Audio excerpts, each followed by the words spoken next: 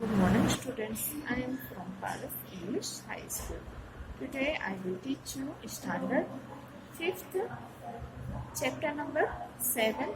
तो आज हम चैप्टर नंबर 7 मतलब सेकंड सेमिस्टर स्टार्ट कर रहे हैं। तो चैप्टर नंबर 7 सेमिस्टर 2 का फर्स्ट चैप्टर है जिसका टाइटल है कीड़ी अने कबूतर।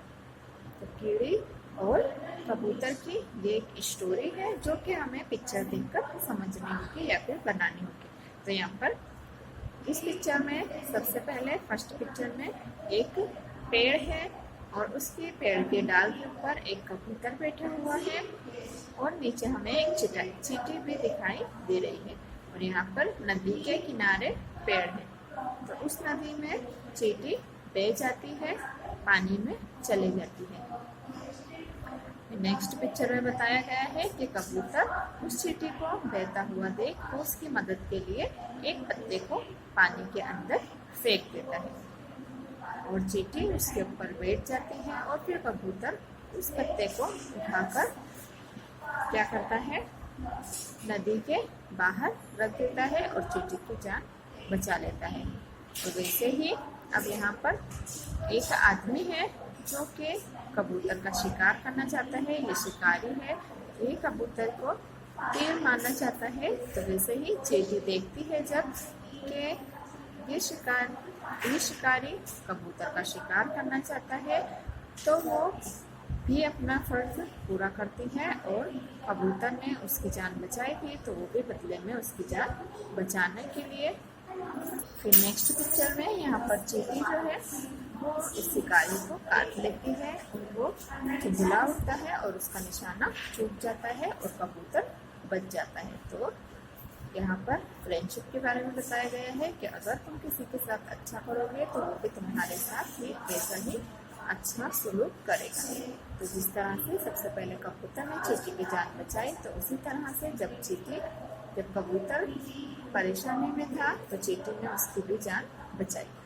तो अभी इस स्टोरी को हम गुजराती में पढ़ेंगे। तो एक नदी थी, मतलब एक नदी थी, नदी किनारे एक वृक्ष था। तो नदी के किनारे एक वृक्ष मतलब झाड़ था। वृक्ष की डाली पर कबूतर बैठू हतु। तो उस वृक्ष मतलब इस झाड़ की डाली के ऊपर कबूतर बैठा था। वृक्ष के नीचे एक कीड़ी पड़ती थी।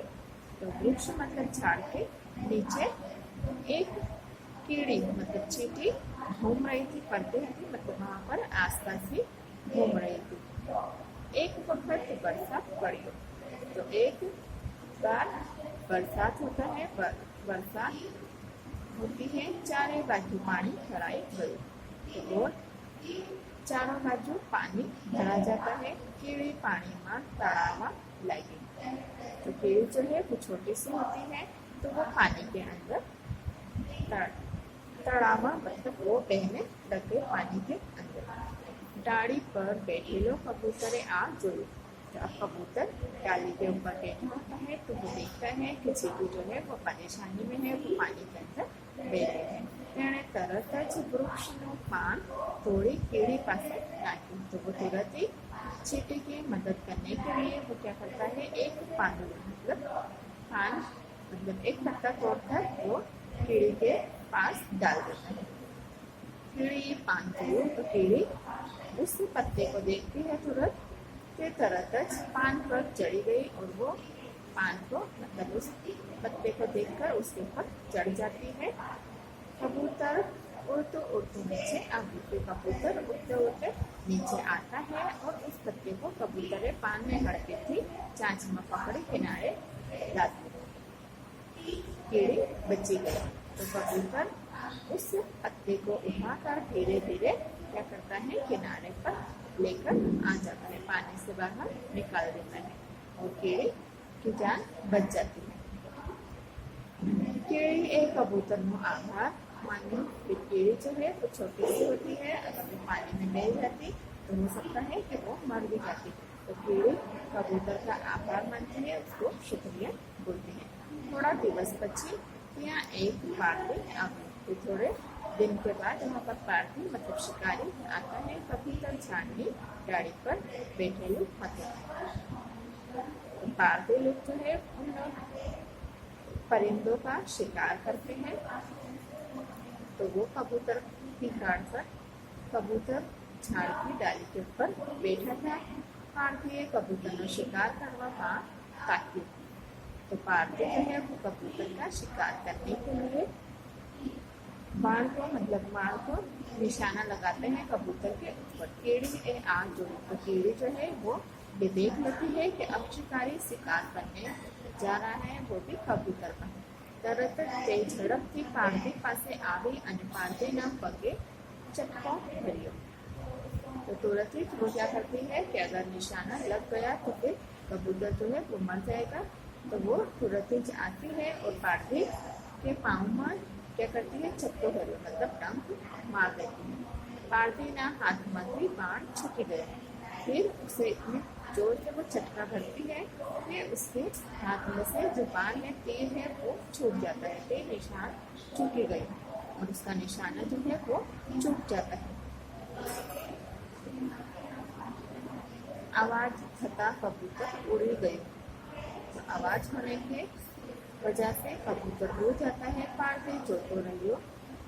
तो पारधी देखते ही रहता है कबूतर बची गई और कबूतर बच जाता है। आम कीड़ी ए कबूतर मुझे बचा ली। तो इस कारण से कीड़ी जो है वो कबूतर की जान बचा लेती है। बीजाનું ભલું કરવાથી આપણું ભલું થાય છે। तो दूसरों का भला करने में अपना ही भला होता है। नेक्स्ट है स्वाध्यायના પ્રશ્નોત્તર। तो નીચેના દરેક પ્રશ્નોના ઉત્તર એક એક વાક્યમાં આપો। तो फर्स्ट क्वेश्चन है, कबूतरे पाણીમાં પાન શા માટે ફેંક્યું?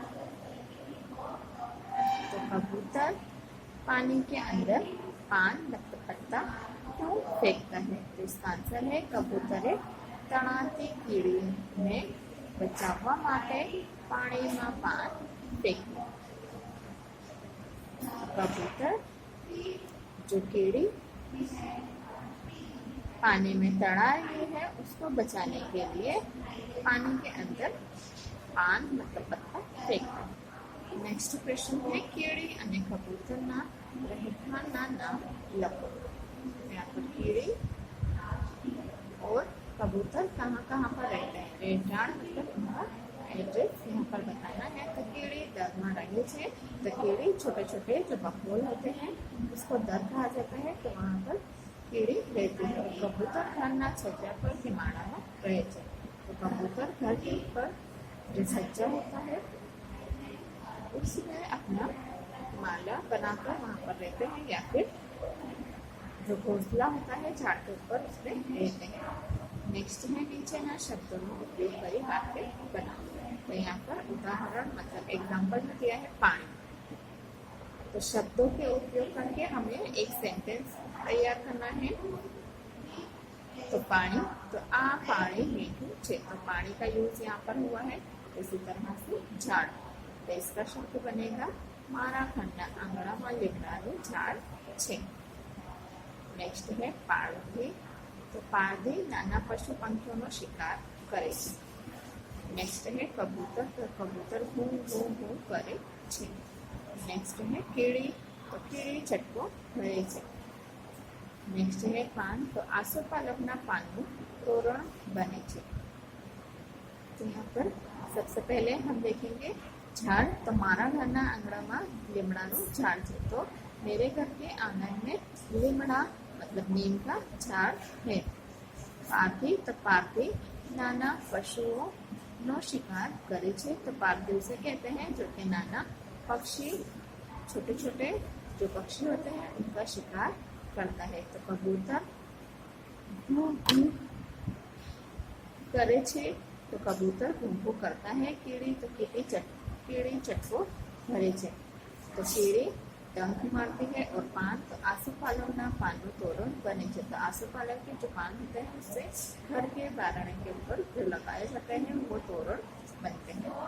नेक्स्ट है सूचना मुजब करो। तो यहाँ पर सूचना मुजब मतलब डू एज डायरेक्टेड।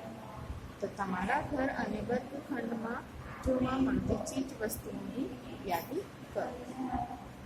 तो हमारे घर और वर्गखंड मतलब क्लासरूम में हमें जो भी चीज वस्तुओं याद होती है उसकी यहाँ पर एक लिस्ट बनानी है। तो इसका आंसर है घर में चीज वस्तुओं। तो अब घर में और हमारी क्लासरूम के अंदर अलग अलग चीजें होती हैं, तो इसे इसीलिए हम अलग अलग लिस्ट बनाएंगे इसकी। तो सबसे पहले घर में चीज वस्तुएं, तो घर में बासन होते हैं मतलब बर्तन होते हैं, यूटेंसिल्स होते हैं, सावरणी तो झाड़ू होती है, सावरणों तो जो सानना होता है वो, और पगरखा, सोफा, कुर्सी, टीवी, फ्रिज, वॉशिंग मशीन, घर घंटी वगैरह। तो ये है हमारे घर की चीज वस्तु। नेक्स्ट है वर्गखंड में चीज वस्तुओं। तो हमारे क्लासरूम में क्या क्या चीज़ें होती हैं? तो कुर्सी, टेबल, कबाड़, चौक, डस्टर, पाटलियों, काड़ू, पाटियों वगैरह। नेक्स्ट है તેમાંથી રોજ ઉપયોગમાં લેવાતી અને ક્યારેક ઉપયોગમાં લેવાતી વસ્તુઓનો જુદા। तो यहाँ पर अगर हम इस लिस्ट में से जो भी चीज रोज यूज होती है, रेगुलर यूज होती है या फिर कभी कभी यूज होती है, उसकी एक अलग लिस्ट हमें यहाँ पर तैयार करनी है। तो फर्स्ट है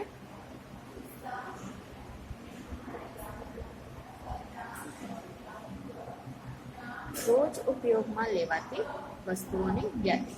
तो रोज घर में चीज वस्तुओं में जो जो रोज यूज होती है, रेगुलर यूज होती है, वह वासनों, सावरणी, सावरणों, पगरखा, सोफा, कुर्सी, टीवी, फ्रिज और वॉशिंग मशीन।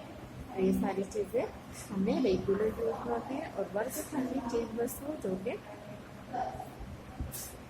रोज यूज होती है, तो वर्गखंड में कुर्सी, टेबल, चौक, डस्टर, पाटली और काड़ू, पाटली, ये सब चीजें रेग्युलर यूज होती है। અત્યારે ઉપયોગમાં લેવાતી વસ્તુઓની યાદી। तो घर की चीज वस्तु, तो घर घंटी जो है घर की चीज वस्तु है, पनीर कभी कभी यूज आती है। वर्गखंड की चीज वस्तुओं, तो ये कबाड़ जो है वो कभी कभी यूज आता है। तभी नेक्स्ट है उपरोक्त जुदी तारवेल वस्तुओं पैकी બંનેમાંથી 5 વસ્તુ પસંદ કરી તેનો ઉપયોગ ત્યાં કરો છો તે નોંધો। तो यहाँ पर उपरोक्त मतलब ऊपर दी गई जो भी चीज वस्तु है इसके अंदर से एक एक में से 5 वस्तु को पसंद करके हमें ये बताना है कि वो चीज वस्तु हम कहाँ पर उपयोग करते हैं। तो चीज वस्तुओं का उपयोग, तो घर में चीज वस्तु सबसे पहले तो फ्रिज, तो खावा पीवानी वस्तुओं जाणवणी माटे। तो फ्रिज हमें खाने पीने की जो वस्तु होती है उसकी जाणवणी माटे यूज करती हैं उसको। नेक्स्ट है टीवी, तो जुदा जुदा कार्यक्रमों, कार्टून वगैरह जोवा माटे, तो अलग अलग कार्यक्रम, कार्टून वगैरह देखने के लिए हम टीवी का उपयोग करते हैं, मतलब एंटरटेन होने के लिए हम टीवी का यूज करते हैं। नेक्स्ट है सावरण, तो घर में सफाई माटे, तो घर को साफ करने के लिए हमें सावरणी का यूज करना होता है। वॉशिंग मशीन, तो कपड़ा धोने माटे, तो कपड़े धोने के लिए वॉशिंग मशीन का यूज होता है। नेक्स्ट है सोफा, तो आराम से बैठने माटे, तो आराम से बैठने के लिए हम सोफा का यूज करते हैं। नेक्स्ट है वर्ग में चीज वस्तुओं, तो ये 5 चीज हो गई। अब हम वर्ग की चीज वस्तु 5 देखेंगे जो कि हमें कहाँ पर यूज होती है। तो चौक, तो काड़ा पाटिया पर लिखवा माटे, ब्लैक बोर्ड पर लिखने के लिए हमें चौक का यूज करना पड़ता है। कुर्सी, शिक्षक ने बैठवा माटे, तो शिक्षक मतलब टीचर कुर्सी के ऊपर आराम से बैठ सके इसलिए वर्गखंड में कुर्सी होती है। काड़ू पाटली, तो लिखवा माटे, तो ब्लैक बोर्ड जो है वो लिखने के लिए है। पाटलियों, तो विद्यार्थियों ने बैठवा माटे, पाटलियों विद्यार्थी बैठ सके इसलिए पाटियाँ होती है। डस्टर, तो काड़ा पाटिया पर लखेलू घुसवा माटे, ब्लैक बोर्ड पर जो लिखा होता है उसको रब आउट करने के लिए डस्टर का यूज होता है।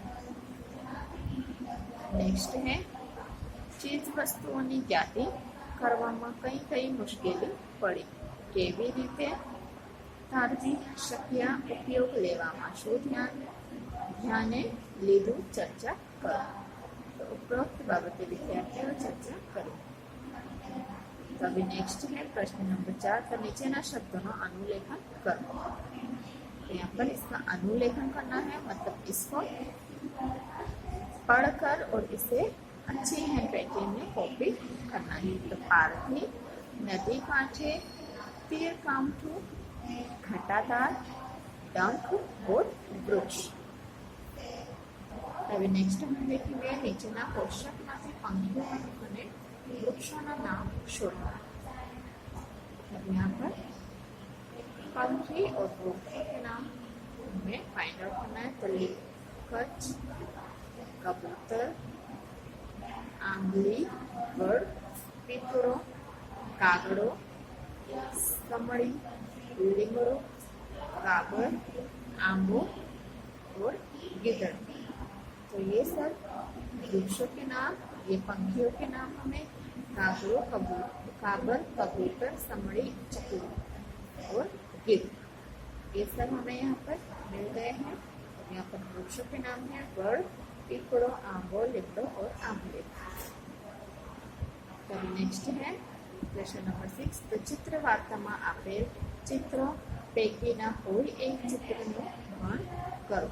तो यहाँ पर चित्र हमें जो दिया गया है उसके बेसिस पर चित्र वर्ण करना है.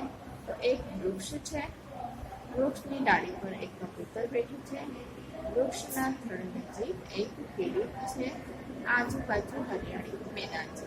तो यहाँ पर ये पिक्चर से दी गई है, तो इसके बारे में हमें बताना है. यहाँ पर एक वृक्ष है, तो ये एक झाड़ है, वृक्षनी डाली पर एक कबूतर बैठा. तो झाड़ की डाली के ऊपर एक कबूतर बैठा है. वृक्षना थड़ नजीक एक कीड़ी है, तो वृक्ष के थड़ के पास एक चींटी है, आजू बाजू हरियाली मैदान है और इसके आजू बाजू पेड़ के आजू बाजू हरियाणु मैदान है. तो अब नेक्स्ट है प्रश्न नंबर 7. तो सूचना मुजब करो. तो फर्स्ट क्वेश्चन है क मूलाक्षर परથી शब्दों बनाओ. तो क से क जो मूलाक्षर है, वर्ड है, उसके ऊपर से हमें जो भी शब्द बनते हो वो यहाँ पर बनाना है. तो जैसे कि क मूलाक्षर परથી बनता शब्द. तो क वर्ड के ऊपर से बनते शब्द इस तरह से है. तो कर, बन, कमाल, कपड़, करण, कबूतर, कचरो, कन्या, कठिन, कजियो वगैरह. तो क के ऊपर से ऐसे बहुत सारे वर्ड्स बन रहे हैं जो कि अनलिमिटेड है. तो यहाँ पर हमने फ्यू सेंटेंसेस दिए हैं, फ्यू वर्ड्स दिए हैं, जैसे करवट, कमाल, कमण, करण, कबूतर, कचरो, कन्या, कठिन, कजियो वगैरह. अभी नेक्स्ट है कोई पण બે શબ્દો पसंद करी वाक्य बनाओ. तो कोई भी यहाँ पर 2 शब्द पसंद करके हमें उसके ऊपर से वाक्य बनाना है. तो इसका आंसर है कमण. तो इसमें से कोई भी 2 शब्द पसंद करके हमको वाक्य बनाना है. तो कमण पानी में उगे छे, इसका वाक्य है. तो करवट थी लाकड़ू कपाय. नेक्स्ट है તમે લખેલ વાક્યોની સરખામણી अन्य विद्यार्थियों वाक्य साथ करो. तो हमारे जो लिखे हुए शब्द है उसकी सरखामणी, मतलब उसको हमें क्या करना है, कंपेयर करना है दूसरे जो हमारे क्लासमेट्स है उनके साथ. મૂળાક્ષર પરથી શબ્દ અને શબ્દ પરથી વાક્ય બનાવવામાં કેમ વિષય પર ચર્ચા કરો. नेक्स्ट है विशेष प्रश्नोत्तर. तो प्रश्न नंबर 1 मतलब प्रश्न नंबर 1 नीचेना दरेक प्रश्नना उत्तर માટે આપેલ વિકલ્પોમાંથી સાચો વિકલ્પ શોધીને લખો. तो यहाँ पर हम MCQs करेंगे. ओके, तो ये यहाँ पर विशेष प्रश्नोत्तर है जिसका पहला क्वेश्चन है નીચેના દરેક પ્રશ્નના उत्तर માટે આપેલ વિકલ્પોમાંથી સાચો વિકલ્પ શોધીને લખો. तो नीचे हमें कुछ क्वेश्चन दिए हुए हैं जिसके लिए हमें विकल्प मतलब ऑप्शन दिए गए हैं और उसमें से हमें राइट आंसर चुन के उसके आंसर देना है. ओके.